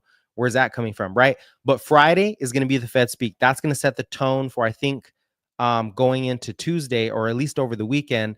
By Friday, we should see whether Bitcoin is going to roll over, or is it going to hold this momentum, this slingshot momentum? Is it going to hold, right? We have a lot of Fed speak on Friday. Williams, Barr, Kugler, Goolsby, Wall, Williams. I believe in the Discord, we do have which ones are hawkish and bullish. That's the only time that would be, or not hawkish or bullish, but which ones, where they stand as far as, what would it be? Yeah, I guess it is. Which ones are more hawkish and which ones are more dovish? If you are somebody in the Discord, you can check that out on the side. I think it says, it's a Fed section about the Fed. All right. Let's see. We also have NFIB business optimism next Tuesday. Well, core inflation. Inflation's huge. I still think it's the most important component outside of employment. But look, we're looking at what the Fed says. Then we have inflation. There's a lot of uncertainty, but we're all data dependent, which means it's important to focus on the macro because that is going to drive the Fed. Now, also, we need to get lucky. We need to have Trump make a deal. That's the other part. We need Trump to make a deal. But I will leave you with this. Energy, biggest component. Shelter is second biggest component. Or you could say you can interchange those when it comes to inflation. If inflation was much lower, the Fed would probably make a cut, or at least communicate a cut. They just did not do it. There's too much uncertainty. As long as oil sticks around these low levels, inflation rates should be falling. And I think that gives the market a bump or a jump, assuming, Trump doesn't do nothing stupid, right? So where are we in general? We're still in wait and see mode from fiscal policy. Oh, you guys can't even see this. We're still in wait and see mode when it comes to fiscal policy. I'm just showing you crude oil, big component, huge, because if it falls, rates come down, bond yields come down, interest payments on government comes down, interest payments on mortgages come down. So if this falls, I think it's a good reset, right? We're really still in the global economic reset. It doesn't happen in a day, a month. It's probably going to be a 6-month reset, and it could go bad. It could be good, right? And we need a de-escalation for sure when it comes to Trump. We need him to continuously, or Bessent, or I don't know about Letnick, but Bessent needs to communicate to the market that there's a de-escalation going on. Hey, if we get a trade deal this weekend, markets probably rip, right? They probably rip. I don't see a V-shaped recovery until the Fed cuts. I've said that multiple times. Anyways, before I move on back to the S&P, crude oil, this is a good sign. Now, if it just collapses, that's going to be because OPEC is flooding the market, or Saudi Arabia. I know people say, no, they're not doing that. Yeah, they're trying to get back market share. And I'm sure Trump administration is doing a deal with them for protection or who knows what, for them to increase production, right? So S&P, how's it looking? No V-shaped recovery. We're not going to get a big expansion back to all-time highs, in my view, until the Fed actually commits to a cut, or, until they commit to a cut. The other side would be, employment slips, or, there's a real estate crisis, somebody defaults, credit spreads slowly start to rise back up, triple B spreads, which are credit risks to the market. It's a slow grind, but you still have more catalysts like, tax cuts and all that. So if the economy slows, liquidity rises, right? The economy slows, liquidity rises. Now, I said this 10 times. To simplify it, we want to see inflation continually trend lower. That's positive. It can build up. It's like a macro kind of builds up. There's no one indicator that does anything. But once you get enough positive builds, you get a positive surprise. Boom, markets explode. Where does that positive surprise come from? Well, I mean, let's say we all know that Trump making a deal would be a positive surprise with China. Okay, that would be a positive surprise. That probably takes us, I want to say back to all-time highs, because then inflation is reduced expectations. The Fed can cut based off inflation coming down, or they don't cut and the market doesn't care, because that means the business cycle extends, right? I'm making this very complicated. I want to make sure I get in all the words here for those of you who love lots of information, want to hear my thought process. This is just my thought process, right? So again, inflation is important, employment's important. As long as employment is stable, right? Unemployment rate's not moving up. Jobs are still being added to the market.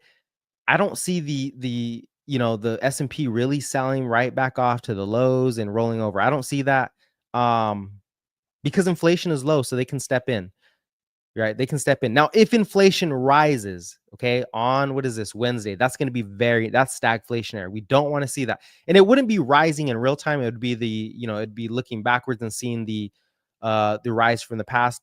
By the way, if you're interested in more education, check out the courses that I got, right? I got a beginner course, more advanced course, macro framework is the advanced course, understanding the cycles, the beginner course for you beginners that just want a foundation. Check that out. They are on sale as we speak. Also, if you want to hear, want to see my notes, updates every week, multiple times a week, sometimes every day, depends if there's anything good. I also have that out. Oh, check NVIDIA. NVIDIA's popping right now. Okay. Trump to resend global chip curbs at AMD. Oh, okay. See, so Trump is the deciding factor here. Let's see, AMD. Trump is really the deciding factor. That's what Powell kind of said. I'm handing this off to Trump. You said NVIDIA. So Trump will do the right thing because he's still learning. And I hate to say Trump over and say his name 1,000 times, but you know what I mean. The Trump administration is going to adjust. They're going to adjust. They've done a lot. And I think the panic is over.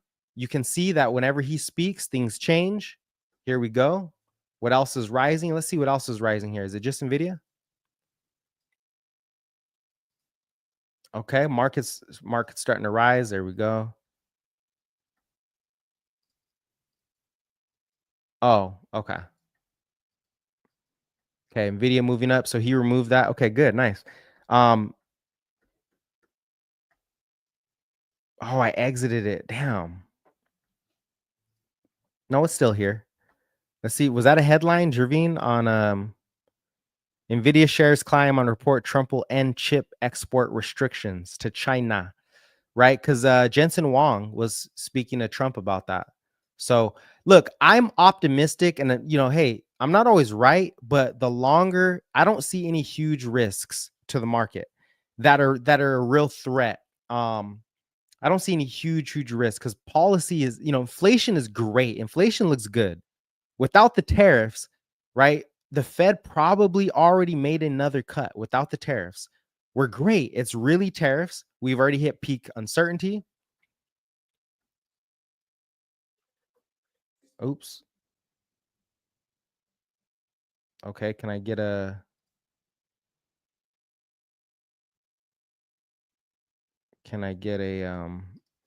screen? I guess I can't. All right, whatever. Over here looking at Chainlink. Okay, Tesla's starting to boom back up. Where's MSTR? This thing is a monster. This probably is the strongest stock that I've seen in the market for a while. MSTR, do have leap options on that. All right, so yeah, we're looking good. We're looking good here. Look at that NVIDIA pop. NVIDIA. I'm not in NVIDIA, so I'm not like all excited or anything, but those of you are, congratulations on the day trade. No, I'm just kidding. Hey, we look good. We look good. NVIDIA's down. Let's do a little analysis on NVIDIA, right? I haven't done this for a very long time because I thought it was up way too much a long time ago. And anything under 100, I think is solid, or really 130, right? Anything under 130 seems like a lot, but if you bought down here, you'd be good. So if we look at the weekly trend, we can see it's trying to bottom on the MACD, and you don't use one indicator, but you want to use multiple. It's trying to bottom out here, could be moving sideways, but at least we're not pointing down. We're not up here, right? So we're already starting to bottom out in the MACD. You can see RSI is having an impulse higher. Doesn't mean it can't come down, just means you have some support down here because we're pretty much oversold. We got oversold on that crisis. Now let's throw on the Bollinger Bands to see where we are. Okay, we need to get above the midpoint of the Bollinger Band to really confirm momentum. That's about around 125. Just to make it an even number. It's really like 123, but who cares? You have 3 candlesticks to end this week. If we end higher, then that is a bullish candlestick pattern, the 3 white horses, right? So you got a lot of stuff here. Bollinger Bands look good. Where's our anchored VWAP from the high? Let's check that out. Let's do the most recent high.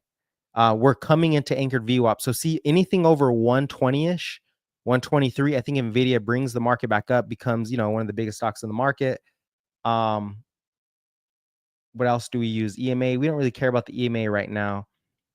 This looks good though. Let's go to the daily. Let's go to the daily. If you enjoy the breakdown, let me know in the comments, the technical breakout. Just tell me what you guys enjoy. What is it that you want more out of me?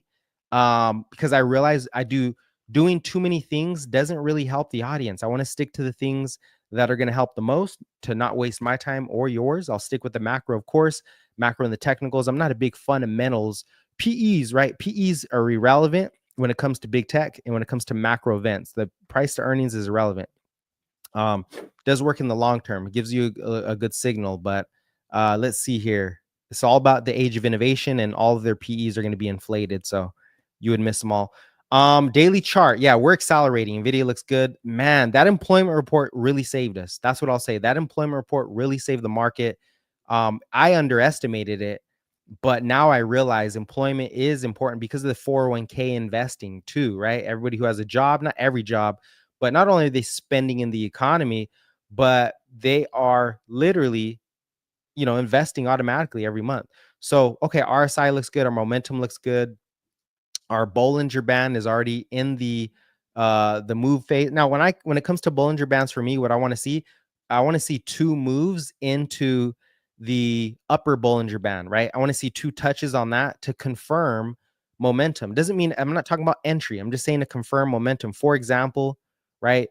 You get under, you're below the midpoint of the Bollinger Band, you press against it, you couldn't do it again, there's no breakout, comes back down, right? Here, it just pressed the whole time. Press. That was a monster move, but you don't want to compare that. Here's another one. Press, second press. Boom, you're in momentum, right? Takes off. So when you get two presses against that Bollinger Band to the upside, for the most part, here's one press, retest, second press, off to the races, sort of. That's a big move. That's kind of a big move, right? Kind of slows down. That's where you're good. So we're heading into one Bollinger Band press to the upper side. We can retest as long as we stay above the midpoint. We're straight when it comes to NVIDIA. And I think it's solid. Now, I'll just disclose my favorite trade right now is, obviously I like Tesla a lot. I like Palantir a lot. Okay, you know what? I'm in the technical zone now. Now I want to talk about technicals here. Let's look at these super risk assets. For example, right? I want to just go over this because I think some people might like it. Let's look at high beta stocks. Those things are ripping. This is SPHB, SPLV. You should be able to see it on screen. This is high beta versus low beta. So it's relative. It's not just high beta stocks. It's relative to low. How are they outperforming? And we're getting that second Bollinger Band press, meaning risk and confidence is coming back into the market to buy these more speculative plays. We're starting to see that. So now I want to move over to the speculative play. Who do we have up here for today? Lucid Hims. Okay, I think, see, speculative play, Hims, monster. Oh my God, I missed this twice. But you can't catch everything. Don't get disappointed. You won't catch it all, right? Why? I don't know. I just, in the back of my head, I'm like, yeah, Hims is strong. I'm sure it's great. Nothing against Hims. I hope you capitalized on it, but I don't see it as a disruptive technology because I think it can be replicated easily, right? But it does have a moat to some degree, obviously. So I'm not saying it's not a good trade. I think it's a better trade than it is an investment. That's what I would say. I could be wrong. Who knows? I haven't looked too far into it. But here's my list, okay? And this is all off of, let's just turn this into a podcast. This is all coming from my watch list. Where's our high beta stuff? This is all coming from the AI trade, like the four big technologies, or five. You can say AI, which encompasses pretty much everything. Artificial intelligence, energy storage, which we have not seen yet as a play. Energy storage, energy generation. Okay, that's another one. Robotics, that's coming soon. And then, genomics, that thing is so far behind. It kind of sucks. Blockchain technology. Blockchain and AI are up front. AI is leading. That also pours into this energy generation stuff. Okay, here's what we're going to start with. We start with TeraWulf Technologies. Now, very speculative. You're not going to get earnings here. You dabble in here. You don't go all in. You don't try to trade it. You wait for it to be oversold. Now the momentum's starting to pick up. You wait for it to get super oversold. You dip in a little bit. Why TeraWulf? Well, I've already done the work for you. TeraWulf is a leading play on Bitcoin mining and compute for AI, right? Data center energy is completely, I know Sam Altman talked about it, but they're, zero carbon energy. How important is that? I don't know. Point being, they have clean energy, cheap energy, right? If they can generate cheap energy, this is a big play going into the next 5 years. Big play, especially with, deregulation on Bitcoin and crypto. So TeraWulf is one of those. Listen, extremely high risk. Don't, just dip in. It's at the lows. This thing is down how much? This thing's down 77%, dipping a little bit. You never know, right? And you can add later on. Iren is their competitor. These two are pretty much one for one. I like TeraWolf more. Iren is in, I don't even know what they're really called, Iren Limited. They're more based in Texas, so they have cheap energy too. And then I believe TeraWolf is based in New York, somewhere in the East Coast, Upper East Coast. Okay, so maybe dip into a little bit of a couple of them, right? Now we have Oklo, the energy. This one's going to be huge, right? And I could be wrong on this, but they do have contracts with the government along with SMR. And this could be monstrous. I say could be because they're, you never know with risk assets, which is why you dip in a little bit. It's not Bitcoin. There's not a whole lot of confirmation on global adoption. But Oklo is the leading small modular technology from what I've seen in the world. And we're talking unlimited energy. If you can start this nuclear boxes, they have no earnings. It's all about the development of the, it's really about interest rates and liquidity. If you get more liquidity, more interest rates, it's going to get bid up because the possibility is just insane. It's basically a startup company, right? And it's trading at market caps at 3 billion. So this could easily be a 30, 40, 50, 60, 70 billion dollar market cap in 5 years. It could be a trillion. Who knows? I don't really know if it could be a trillion right like in 10 years because that's too far out. But it could be in the hundreds of billions because you're talking nuclear energy fission or this, this new type of energy generation that doesn't exist. Just don't go all in. Don't ever buy at the highs. Wait for it to get destroyed. Make sure it's a monopoly. Make sure it's in the lead at least within its industry, right? SMR is slightly different. I like the technicals here. I got the Bollinger Bands on everything. So we're waiting for these to break out to really like add more size on it. I'd have no size on any of these, FY. Just a small dip in it, no real size, but I think it's good. Now, Exometry is another one. This is a solid play. I believe this is a solid company. They're literally leading. I did a video on this. They're literally leading in digital manufacturing. Go check it out. This is a really attractive stock. It's not super high risk. It's high risk because of the, where it is in the development of its process. And when I say process, it's business cycle. They're still in the growth phase, the initial phase, but man, does their business look good. They have a monopoly. This company has a monopoly. You see that breaking out. We're breaking out now of this flag pattern. This business has a monopoly on digital manufacturing marketplace. The way I like to think of it, it is like the Uber of Amazon Marketplace. It's like Amazon Marketplace for manufacturing across the world. If you need to manufacture some type of product, 3D print, you can use their facilities. But that's not even the thing. The facility is not the big thing. It's the AI generated. They have a monopoly on the supply and the demand, the suppliers and the people who need them, which are the demand all across the world. They're everywhere. They're in Asia, they're in Europe, they're in the US. So they're planted everywhere. I think this company, and they're like 1 billion. Lots of potential here. I'm not ready to go all in because of the uncertainty on policy, but I would definitely keep your eye on that. So I have my eye on these. You guys already know Archer. You probably have. This is what helicopter technology, little modular tech. I'm not so big into these. I don't know why.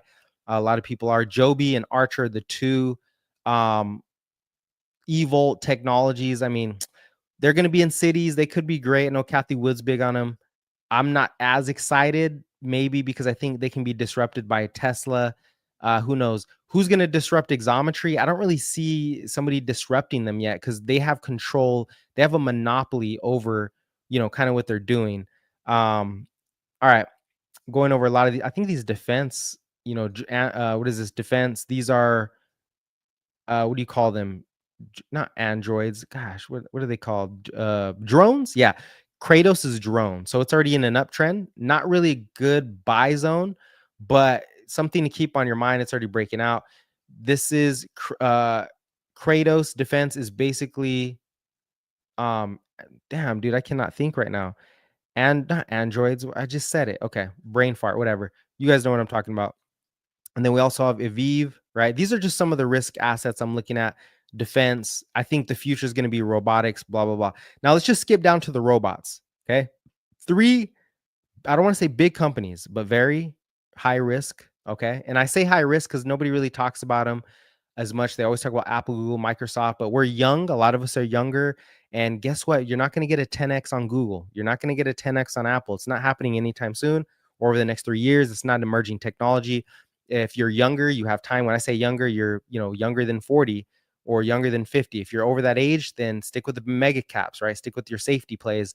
But as policy shifts into, and when I say policy shifts, I'm talking about macro. As macro shifts, these are going to explode. These are the top, right? Symbotic is a robot manufacturing company, right?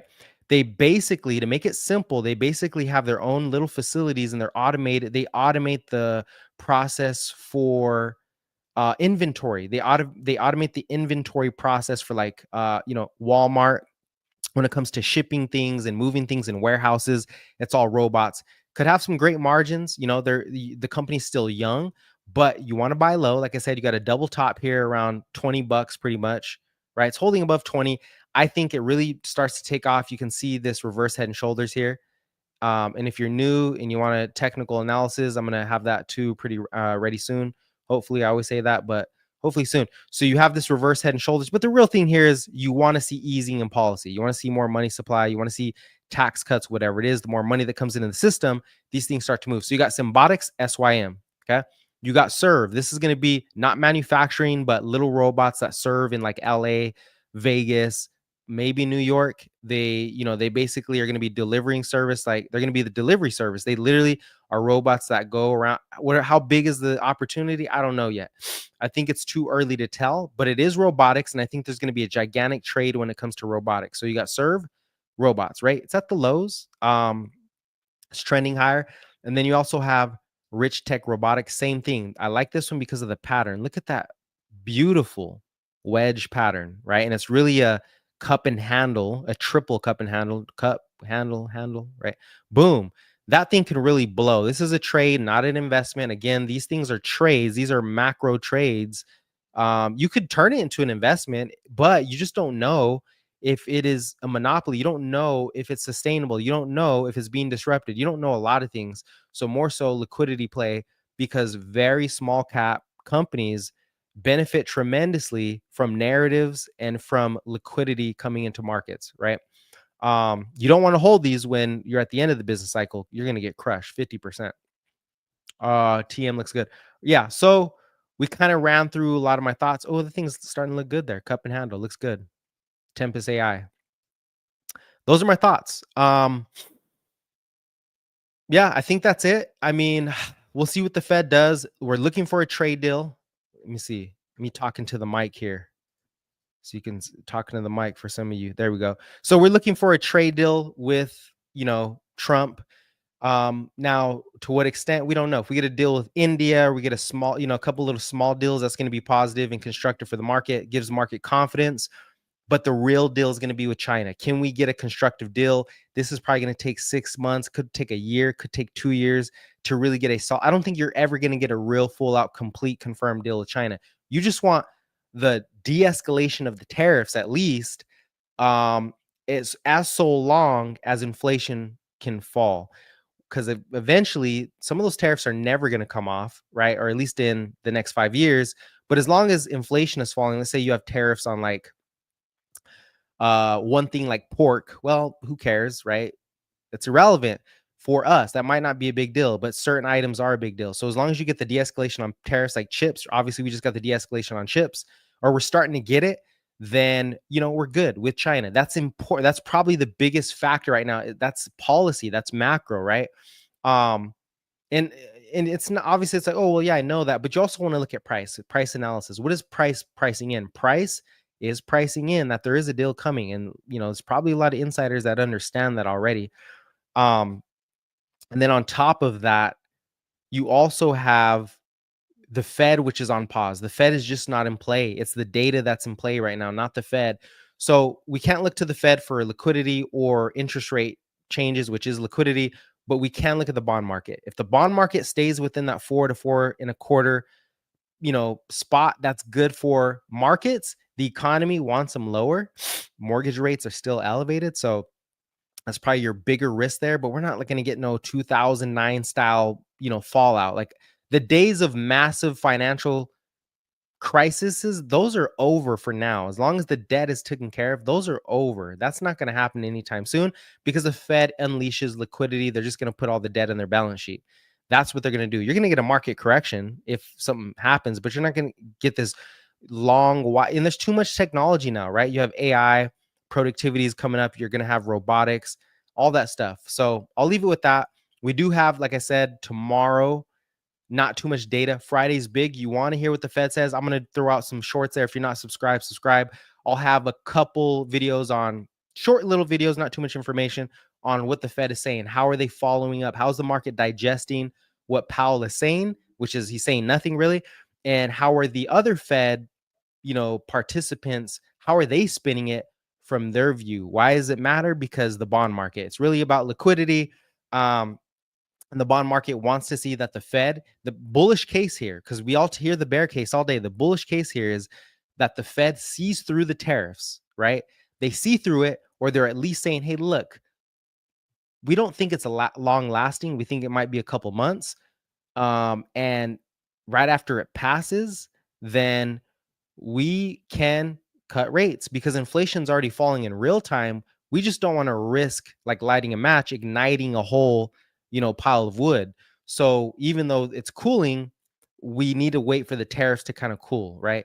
So the Fed sees through it. If they can communicate that and also say, hey, look, we're willing to reverse the balance sheet, meaning buy more, which I don't think they're going to say, but if they're willing to step in and increase liquidity, now you're getting liquidity on all fronts across the global economy, which is why I think crypto, at least Bitcoin, right? Because some of crypto is struggling, they need deregulation, but Bitcoin, MSTR, MicroStrategy, big moves coming, I think, right? Tesla is very hard to predict.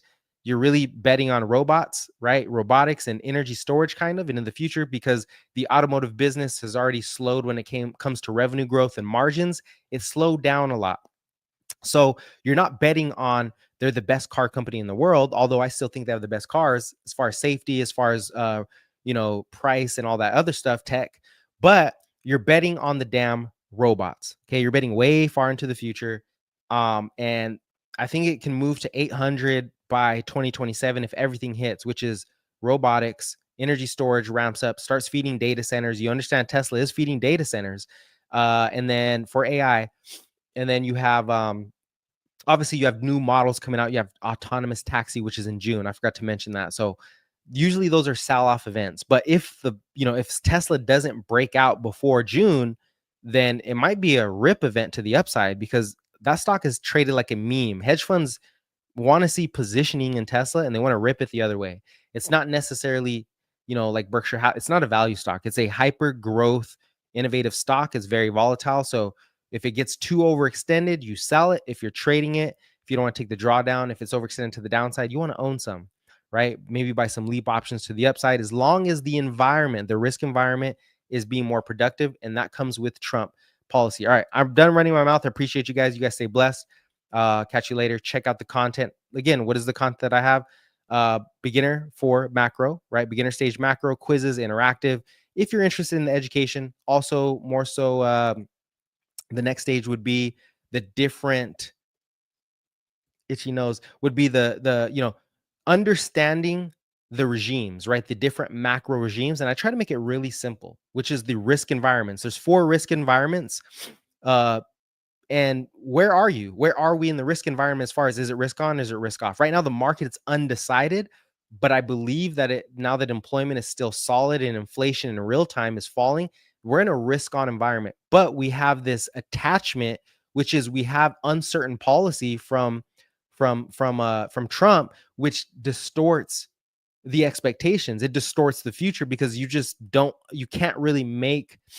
price in stagflation. You can't price in, depression or recession because he could flip at any moment. Right. So we're in this weird, like, no man's land, right? We're still in this no man's land when it comes to forecasting expectations. But in the real time, we're kind of in this deflationary, we're in a good environment. Employment is weakening, but it's stable. You want a weakening economy. Why do you want that in markets for risk assets, at least? Because if the economy is weakening, and that triggers the Fed to step in. right? And that's what everybody's waiting for. It triggers the Fed to step in so long as inflation is rolling over, and that's what's happening, right? So again, that's the course. Also have updates when it comes to, I don't like to say newsletter. I feel like it's kind of whatever. It's more so my personal notes in my head. This is what I'm seeing. If you value, that. If not, you want the Discord, you want to check out the Discord, email me, send me something, get a hold of me, and I'll throw that to you, right? You guys stay blessed. Appreciate you. Eat healthy, right? Remember to, because I'm not just here to help you with finance. I mean, I kind of am when it comes to investing more so, but I just also want to throw out there, eat healthy, take care of yourself. Health is wealth, right? Take care of your spirit too, your relationships, whatever it is. You can lose it at any moment. You never know. Work out, feel good, right? Keep on improving. Appreciate you guys, and we'll catch you next time.